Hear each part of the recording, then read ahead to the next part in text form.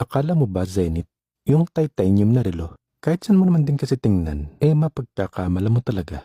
Kung dati nga makikita mo lang sa mga mobile phone na flagship ang titanium na build, ngayon makikita mo na rin kay Podagar. May kasama na nga din siyang wristband adjuster, non-automatic mechanical wristwatch siya, Korean version ng original Swiss quartz, na ang movement origin niya is Switzerland. Kaya naman makakasiguro ka talaga na high quality yung build nito. Titanium finish siya na ang case material is alloy. Stainless steel naman itong pinaka-wristband niya. Mirror-like nga yung kanyang pinaka-back. Parang brass stainless naman yung finish ng wristband niya na nagmumukhang titanium din. 30 meter yung kanyang pagka-waterproof. So basically, pwede mo talaga siyang basain. Yung kanyang dial window is hardlex na parang may pagka-semi-magnifying glass siya. Double buckle lock na yung ginamit dito sa kanyang wristband. Kaya naman nagmumukha siyang parang walang dugtong. Kung gusto mo naman siyang i-adjust at bawasan meron naman din siyang abang. Gamitin mo lang yung kanyang adjuster. Sa pag-set naman ng time is full hatak lang. Kung isa-set mo naman yung date niya, half hatak naman. Clockwise para ma-set yung days niya.